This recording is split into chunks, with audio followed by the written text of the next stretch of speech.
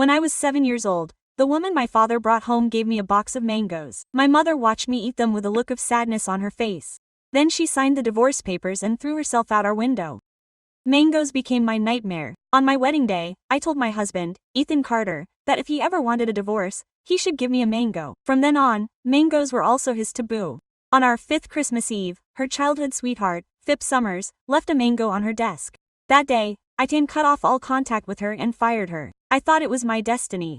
6 months later, I returned after closing a $1 billion deal. During the celebration, Ethan gave me a juice. After drinking half of it, 5 appeared behind me, smiling. How was the mango juice? I looked at Ethan, who was holding back his laughter. Don't be mad, Lara. It was just a joke. I didn't give you a mango, just juice. Phip is right. You have to get over that silly habit. Did you like it? My face hardened. I threw the rest of the juice in her face and walked away. Some things aren't a joke. Mango wasn't a joke either, nor was my decision to file for divorce. Mrs. Show, you've had a relapse of stress-induced gastritis. You should avoid any food you have an aversion to.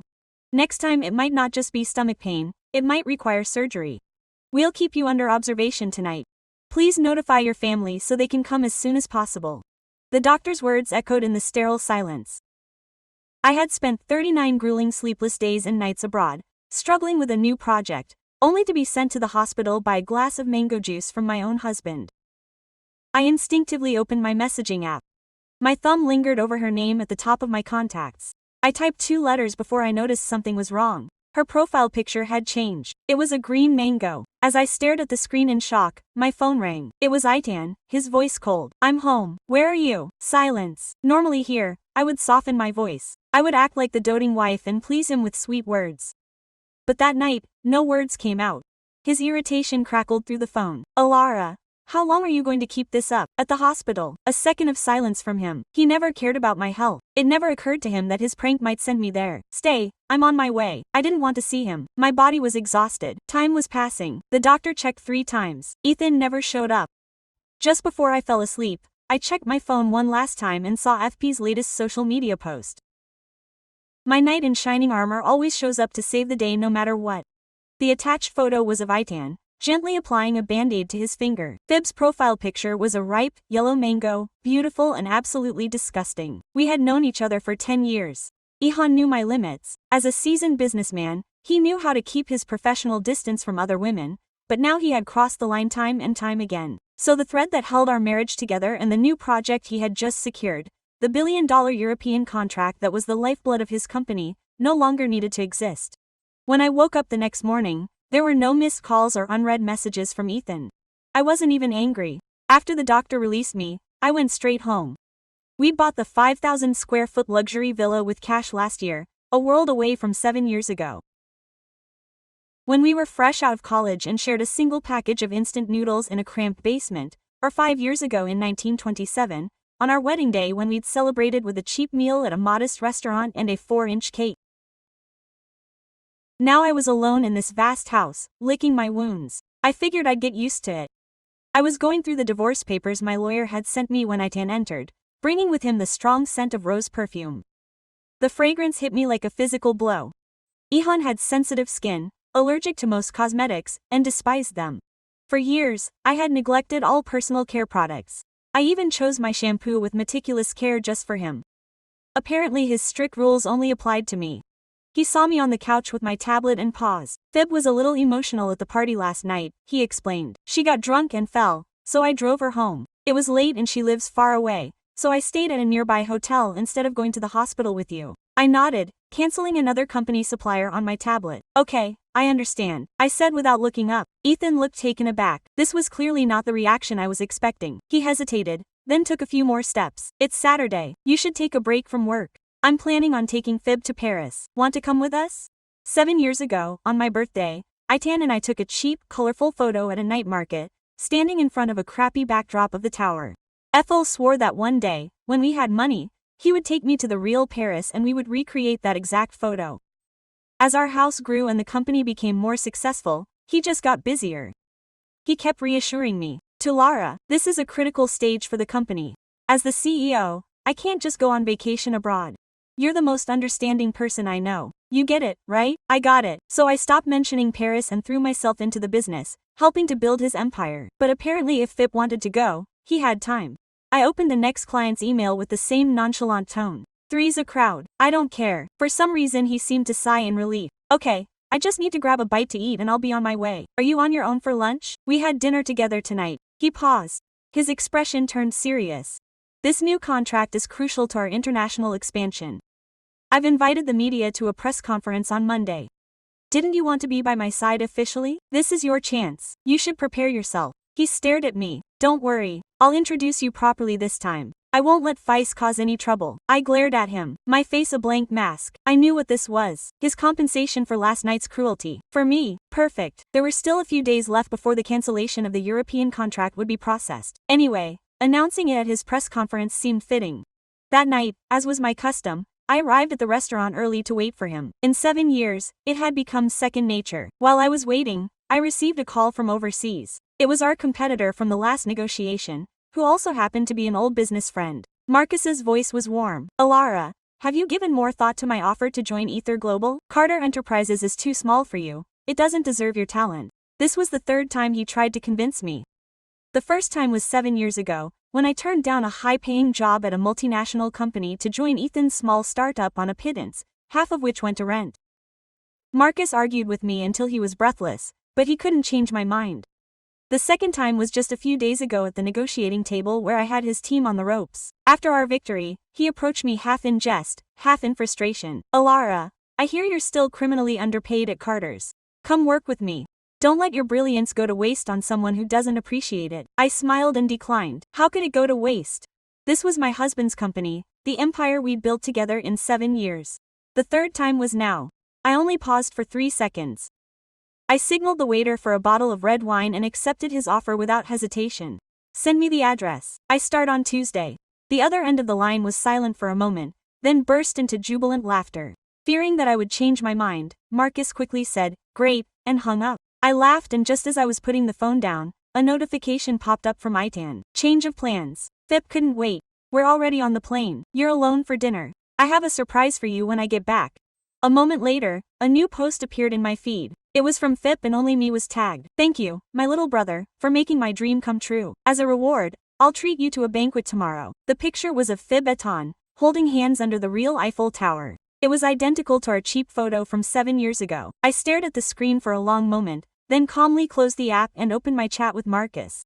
As a signing bonus, how about a $1 billion European contract?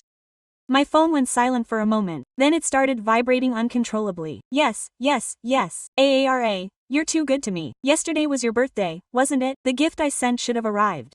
Don't forget to pick it up. I froze. A weak, brittle laugh escaped my lips. It got louder and louder. That's right, yesterday was my birthday. When Itan saw me drinking that mango juice, he remembered that it was my birthday. When he was playing doctor with Phip, leaving me alone in a hospital bed. Did he remember to buy a gift for the woman I'd been married to for 7 years? Probably not, but it didn't matter anymore. We were getting a divorce. Who wants a gift from their soon-to-be ex-husband? After dinner, I didn't rest. I threw myself into the European project. It was a gift for my new employer. After all, it had to be perfect. For the next 2 days, I lived in the office. The lights in my room stayed on all night. My colleagues noticed. The company group, which I wasn't part of, was flooded with messages. What did I tell you? Director Shaw is completely dependent on Mr. Carter. How dare she continue to be angry if it weren't for her relationship with the boss? With the company doing so well now, they wouldn't even need her. I heard that she was the one who stopped Mr. Carter in the first place. The company would have gone public years ago if it weren't for her. Pip diligently sent me screenshots of every message, followed by audio laden with false sympathy. Alara, I know that you must feel so insecure being married to a man as powerful as Itan. But you have to understand that men aren't attracted to older, workaholic women. They like young, pretty, and feminine girls like me. I heard her honeyed voice and smiled. Oh, yes. In that case, I'll have HR fire you tomorrow. I wouldn't want you to be unable to attract a man. Then I blocked her. 10 minutes later my phone rang. It was Ethan, furious. What did Phib do to you now? Lara roared. I finally convinced her to come to Paris and forgive you for your behavior at the party. And now you've made her cry again. Are you happy making everyone miserable? Forgive me, for what? The absurdity made me laugh.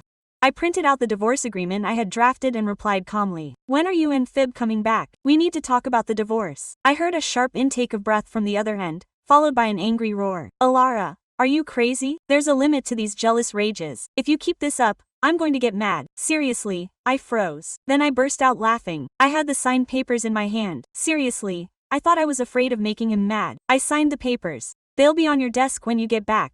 Make sure you read them. Crash sounded like he'd kicked a chair. He mumbled. Okay, don't regret this. The line went dead. I shrugged and signed my name to the agreement. The first thing I saw when I opened my phone the next morning was Ethan's latest publicly available social media post. It had been posted at 4 a.m. He clearly hadn't slept. It was a photo of him and Phoebe standing in front of a floor-to-ceiling hotel window, their fingers intertwined. The caption read, 7 years of storms and I'm lucky to have you. Thousands of comments flooded the post. Finally, official. Is this the boss's wife he's been hiding for 7 years? Quote. Ethan didn't respond, but pinned a comment with a single mute emoji. Then came the announcement in the company group. Effective immediately, Phoebe Summers will replace Alara SHW as the director of the European Partnership Project. Tonight's press conference will also be led by Director Summers. He knew I had spent sleepless nights abroad for that deal. He knew I had buried myself in paperwork during the day and networking events at night, drinking myself sick, just to secure that contract. And he was doing this to force myself to surrender. My phone buzzed with a new message. It was from him. When I opened the message, my fingers didn't shake. It didn't hurt. It just confirmed what I already knew. Ethan was a coward. The post was there, public, pinned, proud. An image of him and Phoebe from behind, holding hands in front of a huge window with Paris view. His text read, 7 years of storms and I'm lucky to have you. Thousands of comments, hearts, fake congratulations, and a pinned comment with a mute emoji. I chuckled quietly. What used to break my heart now barely raised an eyebrow. My phone vibrated again. Another message from Ethan, short, emotionless. Effective immediately, Phoebe Summers will replace Alara Show as the project manager for the European Partnership. After 7 years of working around the clock, he didn't even take the time to do so with a call.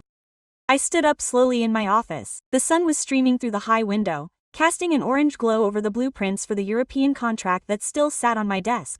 The same contract that now bore another woman's name, the same one I had signed in 5 countries after 40 sleepless nights. No, this story wasn't going to end like this. I opened the folder where I kept all the emails, recordings, and documents that proved I had negotiated the project. Marcus had warned me that Itan would try something dirty. That's why, from the very first trip, I had sent copies of everything to my lawyer. I never thought I would need to use them, but here we were. That same day, at 5 in the afternoon, I called the journalist Santiago Ibarra, an old acquaintance of mine who never forgets a juicy story if it comes with evidence. He arrived in less than an hour, elegant, with his typical gray scarf around his neck, his black hair combed back, and that calculated smile that said, "This is going to be big." I handed him the dossier word for word, without a filter. He listened to me with a mixture of disbelief and respect, and in the end he simply said, "Era, this is dynamite and you're going to explode." By 10 at night, the article was published on all the financial portals. The woman behind the European contract. A covert corporate betrayal. The networks exploded. Photos of me at conferences, excerpts from negotiations, travel videos, emails signed by me. Everything so clear that no one could ignore it. Phoebe tried to publish a false story, claiming I was just doing support, but his every post was bombarded with evidence and scathing comments. The world was no longer blind, at least not this time. The next day, Ethan called me. I didn't pick up. He texted me, "We need to talk." I ignored him. I called Marcus instead. "Do you still have an angry associate in your address book?" I asked. On the other end, his laugh sounded warm as a refuge. "For you always," I hung up with a sigh. The war had only just begun, but for the first time, I was no longer alone. I dressed with surgical calm. Midnight blue blazer, high-waisted trousers, discreet heels, the same outfit I wore when I knew I had to say goodbye to someone important. This time it was more symbolic. I booked a table at the same restaurant where Itan and I had celebrated our first anniversary years ago. We could barely afford the cheapest wine. This time I ordered the most expensive one on the menu, not because I cared about the taste, but because I could. Ethan arrived 20 minutes late, as usual. White shirt, shiny watch, brown hair combed carelessly. His beard was trimmed, but it didn't hide the tired look under his green eyes. He wore perfume, as if the scent could disguise his decisions.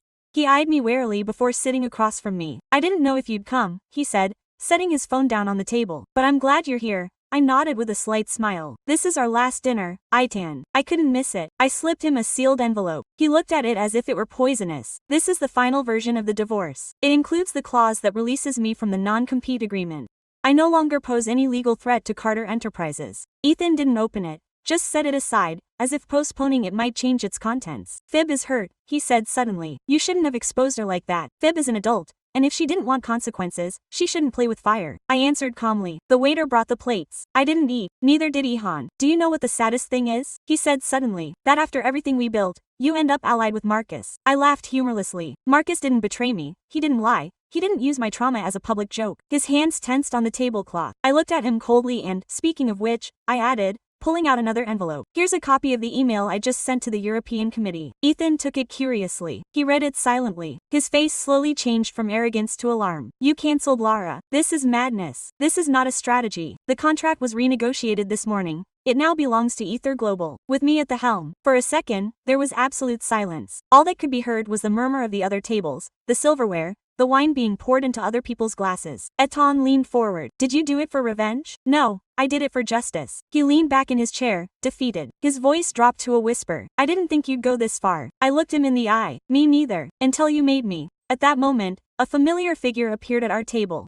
Fib was wearing a bright red, low-cut dress, her long blonde hair pulled back in a high ponytail. She looked young, radiant, as if she had no idea of the disaster that was coming. Oh, he exclaimed. What a coincidence, Ethan. Honey, you told me you were in a boring meeting. He paled. Fib noticed the envelope on the table, picked it up, opened it curiously, divorce, read it aloud. How formal that sounds. I stood up without anger, without tears. Good luck, Fib. Still, I turned to leave, but paused for a second and turned to Ethan one last time. Oh, and congratulations on recreating our photo in Paris. You made sure to do it with the right person this time. I didn't wait for a response. I left the restaurant, leaving behind the echo of their silences and FIP's frozen gaze. The night air embraced me as I left. It wasn't cold, it was freedom. I walked home, not because I lacked a car, but because I needed to feel the concrete beneath my feet. The real world, the living, breathing city with me. Behind me was Itan Pib, his dinner, his arrogance.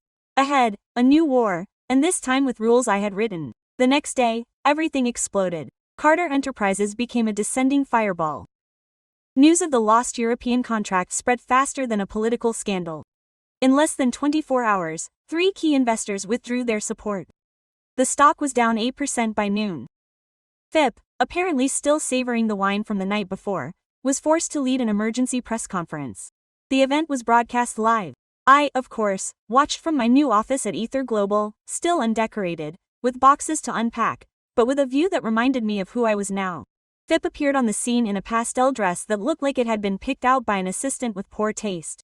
Her blonde hair was carefully curled and her smile was forced. Beside her, Itan looked pale, thinner, his tie knot poorly tied and his face drawn.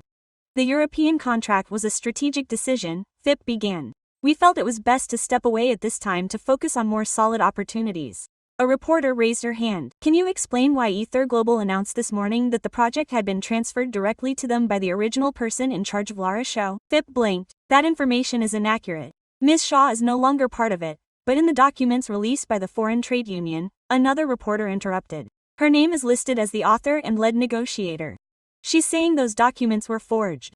Fib mumbled something unintelligible. Ethan tried to interject. Ms. Summers is still familiarizing herself with some of the legalities, he said with a frown. But the company is still going strong and we are confident in our next steps. It was pathetic. For the first time, I could see them for what they truly were. 2 opportunists trapped in their own lies, trying to hold a house of cards together in the storm. When the broadcast ended, my team at Ether Global erupted in applause. Not because I had won, but because they knew what was coming. The change of era. Marcus strode into my office without a knock, tall, broad-shouldered, with light brown skin and dark brown hair, slicked back with gel. As always, he wore a blue shirt rolled up at the elbows and a smile that never promised more than he could deliver. Was it obvious that I enjoyed it? He asked, setting a cup of coffee on my desk. Enough so that I didn't have to say it out loud, I replied, taking the cup. Thanks. Don't thank me yet. There's more work than glory to come. I nodded. He knew, as I did, that this was just the beginning. The press loved chaos, but in business success wasn't scandal, it was consistency. Tomorrow I want you to lead the meeting with the council at the European headquarters, Marcus said. They're going to evaluate you. Do they want to see if you're really the architect of that deal or just a passing viral story? I looked at him calmly. My heart wasn't trembling. No anger, no fear, just focus. What time? 8. Paris time. I smiled. Perfect. I never like sleeping anyway. Marcus looked at me for a few more seconds, then leaned in and lowered his voice. By the way, Fib isn't going to last long. My sources say Carter's shareholders are furious. They're looking for heads. Let them start with hers, I said without softening my tone. Ethan can wait his turn. That night, as I was reviewing my presentation for the European board, I got an alert on my phone. Carter Enterprises shares fall after disastrous handling of European project.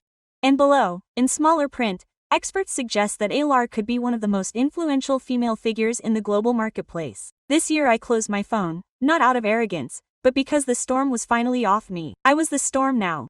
Fame interested me. When I worked until dawn signing contracts or correcting the mistakes of others, I did it on principle, for results, not for recognition. But now my name was on everyone's lips, and not because of who I was, but because of what they wanted me to believe I was. Betrayed CEO seeks revenge after being replaced by CEO's mistress, from brilliant executive to scorned ex-wife.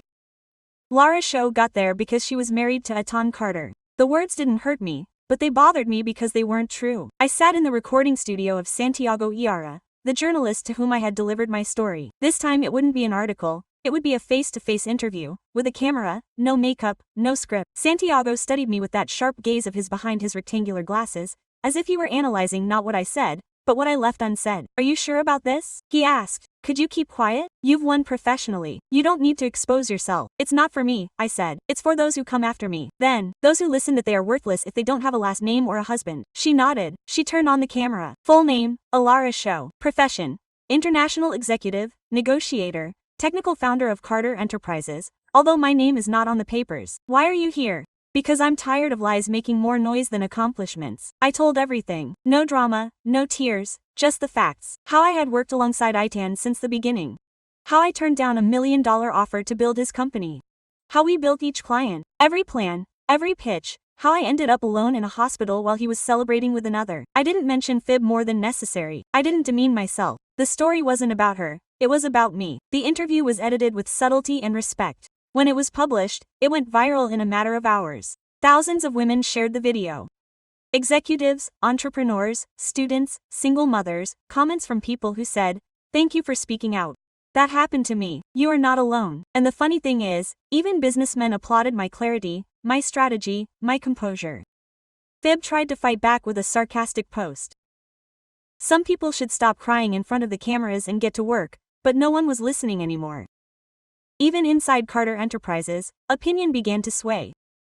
I got a message out of the blue from Laurent Guillen, the communications director who had worked with me for 5 years. "I just wanted to let you know that I too saw you get shut down. I'm sorry I didn't say anything sooner. I'm looking for a job. If you have space, I'd love to work with you again." I replied with 2 words. "Welcome back." That night Marcus took me to dinner, not for work, but because he said I deserved a night away from the chaos. "I don't know if I want to be a symbol," I said, swirling the red wine in my glass. "I just wanted to be left alone." He smiled. His brown eyes held a calm, mature warmth. He was in his early 40s, beardless, jawline, always elegant but not ostentatious. A man who knew what he was doing, worth it, and didn't need to shout it. "You're not a symbol, you're a warning," he said. "For those who underestimate women like you, we toast to the truth, to the names that deserve to be respected." It was a matter of time. PIB didn't know how to sustain an empire because he had never built one, and the weight of something you don't understand always crushes you. 2 days after the interview, rumors began to spill like leaks on an old ship. Internal fictions from Carter Enterprises, unpaid suppliers, trips charged as company expenses without justification, absurd promotional events with inflated budgets. Marcus sent me a report that morning accompanied by a simple message. "I told you it would collapse." The files were clear. Ever since Fib had been promoted, she had begun using company resources to support her lifestyle. 5-star hotels, personal shopping sprees, and irregular payments to supposed consultants that no one knew about. One of those consultants was her cousin, another her stylist, the third her personal trainer, all with fake contracts signed by her and in some cases by Itan. My heart didn't jump. I didn't feel vengeful. I just understood what I already suspected. Ihan had not only betrayed me emotionally, he had also stopped being the businessman I knew. Santiago Ibarra, with his sharp journalistic nose, investigated everything, and when he had had enough he published an explosive article. Chronicle of a corporate disaster, the true cost of appointing Phip Summers as director. It included anonymous interviews with employees, leaked images of invoices, and even screenshots of internal conversations from the finance team. No one could continue defending the indefensible. Fib reacted like a reality TV star caught red-handed. She called a new conference, this time without Itan. The company needed to clean up its image and he was hiding in the shadows. She showed up dressed in white as if the color could erase the evidence. Impeccable makeup, forced smile. All the accusations are administrative misunderstandings, she said in front of the cameras. Success brings envy and there is clearly a campaign against me led by my predecessor. Quote, he didn't say my name, he didn't need to, but I no longer needed to defend myself. The truth defended itself. Everything collapsed when a young, firm-voiced journalist asked to speak. Mrs. Summers, can you explain why your signature appears on these 3 contracts with shell companies and why Mr. Carter's signature also appears on one of them? Pip hesitated. That doesn't prove anything. It's possible that someone forged the signatures. He's accusing his own legal team of forgery. Pip hesitated. His expression cracked. For the first time it was obvious that he didn't know what to say. The makeup no longer covered his fear. The video was broadcast live. 2 hours later, the Carter Enterprises shareholders board issued a statement. Pip Summers will be suspended from her duties immediately pending a full audit of her performance. Pip left the building that same afternoon alone. No employee fired her, no one protected her, only a black limousine picked her up, the same one I had traveled in. Countless times when my name was still respected in there. I learned later that she had a nervous breakdown that night. Ethan hadn't shown up at the hospital, nor had he made any statements. He abandoned her as if he had never defended or loved her. Marcus watched me from the window of his office as I told him the news. His eyes shone with that sparkle that mixes triumph and respect. You didn't have to do anything, he said. I never wanted her downfall. I just wanted the world to see the truth and they did. I didn't sleep that night for rage, not for joy, but for a heavy calm, as if everything I had held on to for months had finally found a place to rest. Pip Summers had fallen and this time there was no one to pick him up. Despite the public victories, something inside me remained silent, a part that couldn't find a place to land. I had become a respected figure, admired even, but I didn't feel triumphant. I felt like I was still waiting for something that had never come. Marcus texted me briefly at the end of the day. Don't make any plans tonight. I'm going to kidnap you, I replied without thinking. A lot, as long as there's wine. He picked me up in his personal car, not the company's. He was dressed in a dark gray shirt, sleeves rolled up, his hair combed back as usual, not a hair out of place. He had a 2-day beard, which was unusual for him. It made him look either more relaxed or more dangerous or both. Where are we going? I asked, getting in the car. Somewhere where no one talks about ITAN, Fib, or Carter Enterprises, he said without looking back. And where you can remember that you're a person too, not just a war strategy. I smiled. I couldn't remember the last time someone had thought of that for me. The restaurant was on a side street, out of the spotlight, dim lighting, brick walls, soft jazz in the background, no paparazzi, no news screens, just a table reserved in the most private corner. We ordered red wine. The waiter brought an unlabeled bottle. House wine, Marcus said. It's literally in my family. They've been making it in the countryside for generations. I thought you might like to try something unadorned. Like me, I replied, unadorned. We toasted to nothing, to everything, to being alive, amidst the Zorbos, soft laughter, and a strange peace I didn't remember ever feeling. Marcus took a small box from his pocket and placed it on the table without any theatricality. I know it was your birthday recently. I know it was complicated. This is something I should have given you sooner, but I preferred to wait. I opened it. Inside was a thin silver bracelet, simple, elegant, and engraved on the back in tiny letters. 1410. Rome. It took me a few seconds to remember. October 14th, the day I closed the European contract. Rome, the city where we signed the last agreement, where I got drunk from exhaustion, fear, loneliness. I thought no one had noticed, I murmured. I noticed, Marcus replied. My hand shook a little as I closed the box. He didn't say anything. He didn't try to touch me, not even kiss me or invade me. He just looked at me with a clean warmth, as if his presence didn't want to conquer me, but to accompany me. And that, at that moment, was worth more than any promise.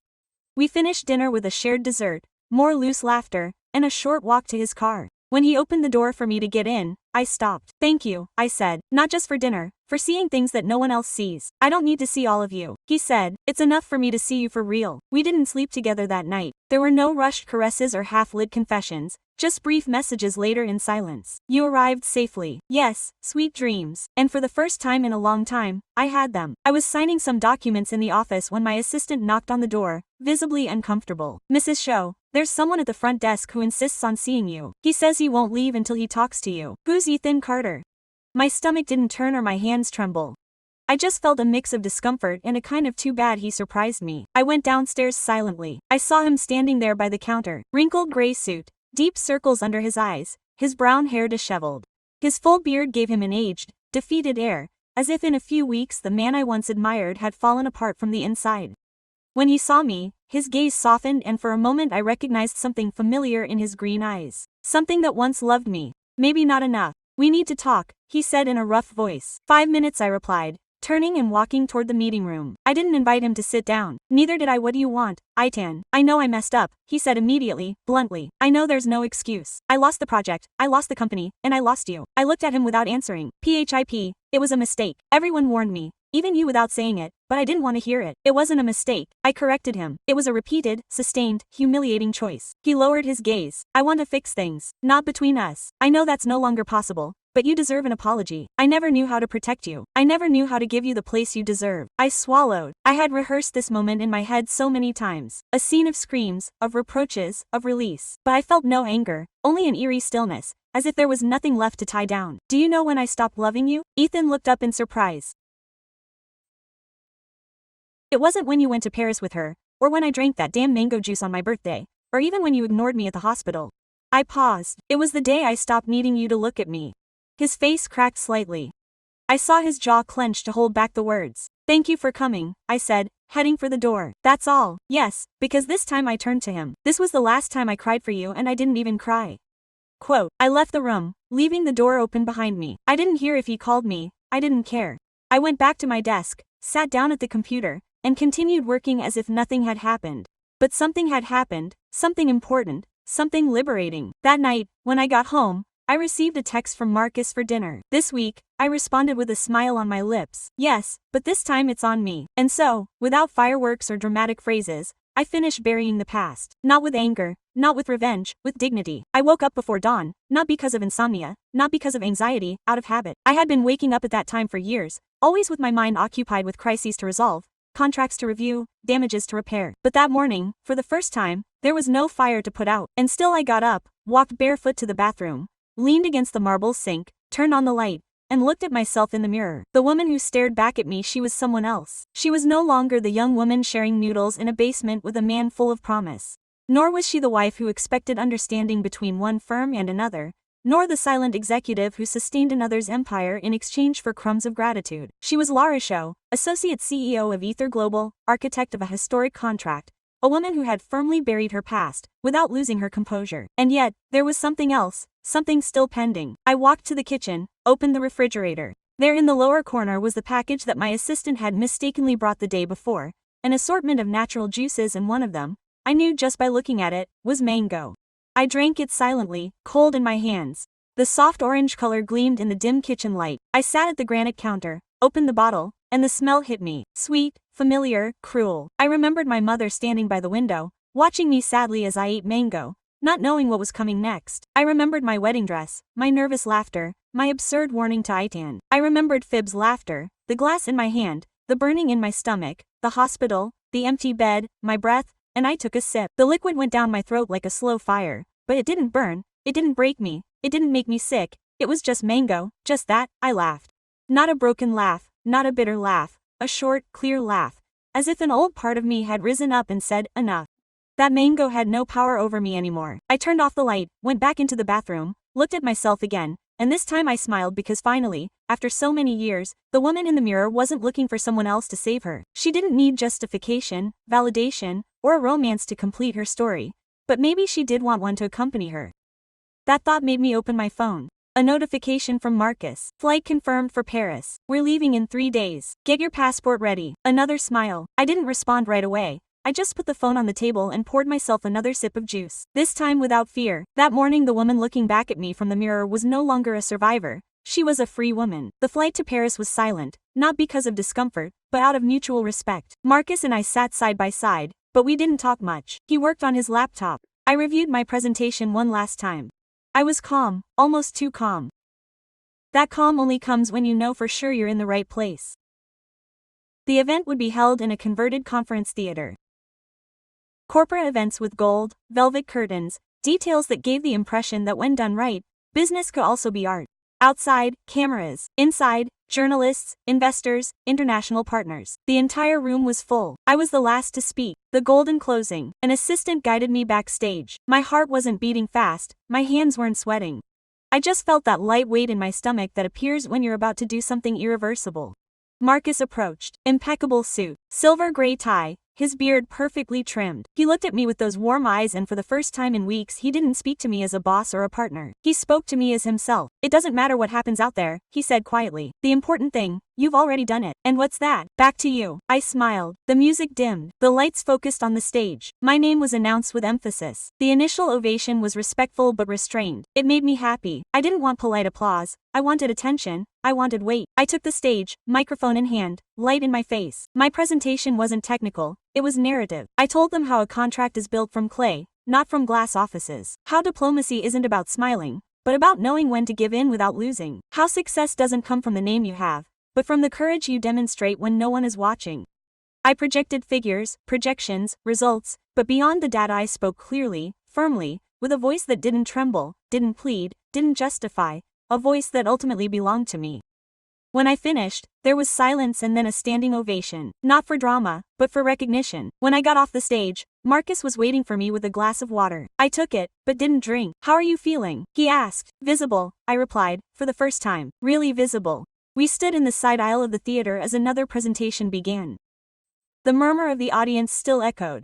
"The board of directors wants to meet with you this week," he said. "They want to propose something big to you. Bigger than this. Global vice presidency." I looked at him, not with surprise, with acceptance. I had won it and I knew it. That night, at the private dinner with the executives, I sat at the head table. This time, no one introduced me as the wife of, or as the new guy, or as a promise. They introduced me as the woman who rescued a dead contract and turned it into history. When we toasted, I didn't toast to the future. I toasted to the journey I had taken, to every bitter mango I had swallowed, to every silence I had endured, to every shadow from which I had emerged. I toasted to me. Paris smelled different that time, lighter, less bitter. Exactly 7 years had passed since that fake photograph taken at a night market with a poorly painted cardboard tower in the background. 7 years since we swore to return together when we had real money to take the photo properly, but the money arrived and the man disappeared. This time I returned alone, or rather free. I didn't come for revenge or nostalgia. I came for myself because there was something in that unfulfilled promise that needed to be closed. Not as a scar, as a chapter that had been closed. My dress was black, long, backless, elegant, without exaggeration. I tied my hair back in a low bun. My lips were a discreet red and my steps were sure. I waited in front of the Royal Eiffel Tower, right at the foot of the observation deck, where thousands of tourists took photos every day. The sky was overcast, but it wasn't raining, the kind of weather that doesn't distract or steal the moment. Marcus came walking up from the back, light linen trousers, white shirt rolled up in sleeves, gray blazer without a tie, in no hurry. His smile was all I needed to know. "You're late," I said softly. "Paris knows how to wait," he replied. We stood in silence for a few seconds, watching the tower slowly light up with the evening light. Then, without another word, he took a crumpled piece of paper from his pocket. He unfolded it carefully. "It was our old photo, the one from the night market. I found it in your archive of old contracts," he said. "You sighed for something." "I didn't throw it away," I admitted. "But I also didn't know why I kept it. Now you know." A tourist offered to take our picture. Marcus nodded. We positioned ourselves in the same position as before. Me on the left, him on the right, but this time we didn't fake smiles. We didn't need to force them. The flash went off and the promise was finally fulfilled. Not to the person who made it, but to the one who deserved it. Then we walked along the Seine without talking about work, without talking about contracts, Carter Enterprises, FIB or the past, just about books, favorite foods, silly little stories we'd never shared. At one point he glanced at me sideways and now he asked. Now I took a deep breath. "I think it's time to live." We stopped in front of a pastry shop. In the window between the eclairs and the macarons was a small cake decorated with slices of mango. We both saw it at the same time. Marcus smiled. "Do you want to try?" I thought about it for a second. Why not? We went in. We ordered the cake. We shared the first bite. It wasn't sweet. It wasn't sour. It was perfect because now the mango didn't hurt anymore. Because the past didn't weigh on me anymore. Because I, Lara Shu, was no longer anyone's woman or a shadow of what I once was. It was my own story and I finally knew it.